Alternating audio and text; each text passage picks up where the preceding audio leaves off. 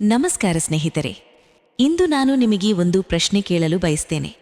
ಯಾಕೆ 98% ಜನರು ಜೀವನದಲ್ಲಿ ದೊಡ್ಡ ಮಟ್ಟಕ್ಕೆ ಬೆಳೆಯೋದಿಲ್ಲ? ಇದು ಹಣದ ಕೊರತೆಯಾ, ಅಥವಾ ಅದೃಷ್ಟದ ಕೊರತೆಯಾ, ಅಥವಾ ಅವಕಾಶಗಳ ಕೊರತೆಯಾ?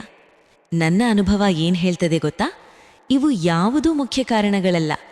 98% ಜನರು ಬೆಳೆಯೋದಿಲ್ಲ ಏಕೆಂದ್ರೆ ಅವರು ಸುರಕ್ಷಿತ ಜೀವನವನ್ನು ಆಯ್ಕೆ ಮಾಡ್ತಾರೆ. ಅವರು ಕನಸು ಕಾಣ್ತಾರೆ, ಆದರೆ ದೊಡ್ಡ ಕನಸು ಕಾಣಲು ಹೆದರ್ತಾರೆ. ಅವರು ಗುರಿ ಇಡ್ತಾರೆ, ಆದರೆ ಅದಕ್ಕಾಗಿ ತ್ಯಾಗ ಮಾಡಲು ಸಿದ್ಧರಾಗೋದಿಲ್ಲ.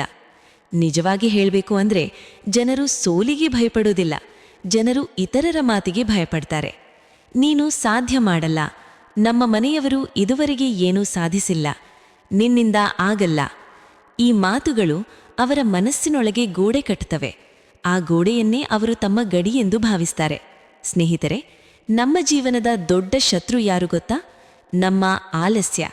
ಆಲಸ್ಯ ಅಂದರೆ ಕೇವಲ ಕೆಲಸ ಮಾಡದೇ ಇರುವುದಲ್ಲ, ನಮಗೆ ಗೊತ್ತಿರುವ ಸಾಮರ್ಥ್ಯವನ್ನು ಬಳಸದೇ ಇರುವುದೇ ಆಲಸ್ಯ.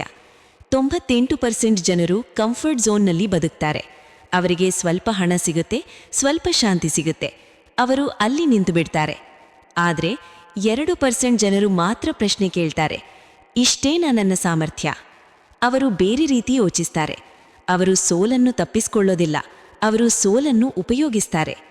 98% ಜನರು ಸಮಸ್ಯೆ ಬಂದಾಗ ಕಾರಣ ಹುಡುಕ್ತಾರೆ, 2% ಜನರು ಪರಿಹಾರ ಹುಡುಕ್ತಾರೆ.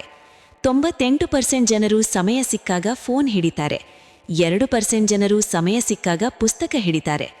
98% ಜನರು ಕನಸು ಹೇಳ್ತಾರೆ, 2% ಜನರು ಕನಸಿಗಾಗಿ ರಾತ್ರಿ ಜಾಗೃತರಾಗ್ತಾರೆ. ನಿಜವಾದ ಬೆಳವಣಿಗೆ ಸುಲಭವಲ್ಲ. ಅದು ನೋವಿನಿಂದ ಬರುತ್ತೆ, ಅದು ತ್ಯಾಗದಿಂದ ಬರುತ್ತೆ, ಅದು ಒಂಟಿತನದಿಂದ ಬರುತ್ತೆ. ಒಂದು ಸತ್ಯ ಹೇಳಬೇಕು, ನೀವು ಬದಲಾಯಿಸಬೇಕೆಂದರೆ ನಿಮ್ಮ ವಲಯ ಬದಲಾಯಿಸಬೇಕು, ನಿಮ್ಮ ಅಭ್ಯಾಸ ಬದಲಾಯಿಸಬೇಕು, ನಿಮ್ಮ ಯೋಚನೆ ಬದಲಾಯಿಸಬೇಕು. 98% ಜನರು ತಮ್ಮ ಪರಿಸ್ಥಿತಿಯನ್ನು ದೂಷಿಸ್ತಾರೆ, ಆದರೆ 2% ಜನರು ಪರಿಸ್ಥಿತಿಯನ್ನು ಸವಾಲು ಮಾಡ್ತಾರೆ. ನೀವು ಯಾವ ಗುಂಪಿನಲ್ಲಿ ಇರಬೇಕು ಅಂತ ನೀವು ತೀರ್ಮಾನ ಮಾಡಬೇಕು. ಸ್ನೇಹಿತರೆ, ನಮ್ಮಲ್ಲಿ ಪ್ರತಿಯೊಬ್ಬರೊಳಗೂ ಒಂದು ಅಗ್ನಿ ಇದೆ, ಆದರೆ 98% ಜನರು ಆ ಅಗ್ನಿಯನ್ನು ಹೊತ್ತಿಸಲು ಧೈರ್ಯ ಮಾಡೋದಿಲ್ಲ. ಅವರು ಸುರಕ್ಷಿತವಾಗಿ ಬದುಕಲು ಬಯಸ್ತಾರೆ, ಆದರೆ ಮಹಾನ್ ಜೀವನ ಸುರಕ್ಷಿತವಾಗಿರೋದಿಲ್ಲ. ನೀವು ಬೆಳೆಯಬೇಕು ಅಂದರೆ ನಿಮಗೆ ಟೀಕೆ ಬರುತ್ತದೆ, ನಿಮಗೆ ತೊಂದರೆ ಬರುತ್ತದೆ, ನಿಮಗೆ ನಿರಾಸೆ ಬರುತ್ತದೆ.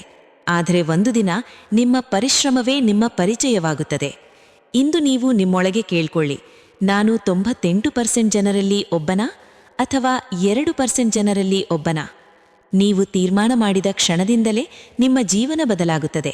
ಏಕೆಂದರೆ ಬೆಳವಣಿಗೆ ಹೊರಗಿನಿಂದ ಆರಂಭವಾಗೋದಿಲ್ಲ, ಅದು ಒಳಗಿನಿಂದ ಆರಂಭವಾಗುತ್ತದೆ. ಇಂದು ಒಂದು ನಿರ್ಧಾರ ಮಾಡಿ, ಆಲಸ್ಯಕ್ಕೆ ವಿದಾಯ, ಭಯಕ್ಕೆ ವಿದಾಯ, ಕಾರಣಗಳಿಗೆ ವಿದಾಯ. ಮತ್ತೆ ಹೇಳ್ತೇನೆ, 98% ಜನರು ಬೆಳೆಯೋದಿಲ್ಲ ಏಕೆಂದರೆ ಅವರು ಬದಲಾಯಿಸಲು ಸಿದ್ಧರಲ್ಲ. ಆದರೆ ನೀವು ಸಿದ್ಧರಾದರೆ ನೀವು ಆ 2% ಜನರಲ್ಲಿ ಒಬ್ಬರಾಗಬಹುದು. ನಿಮ್ಮ ಕನಸು ನಿಮ್ಮನ್ನು ಕಾಯ್ತಾ ಇದೆ, ನಿಮ್ಮ ಯಶಸ್ಸು ನಿಮ್ಮನ್ನು ಕಾಯ್ತಾ ಇದೆ. ಎದ್ದು ನಿಲ್ಲಿ, ನಿಮ್ಮ ಜೀವನದ ಹೊಣೆಗಾರಿಕೆಯನ್ನು ತೆಗೆದುಕೊಳ್ಳಿ ಮತ್ತು ನಿಮ್ಮ ಒಳಗಿನ ಶಕ್ತಿಯನ್ನು ಜಾಗೃತಗೊಳಿಸಿ.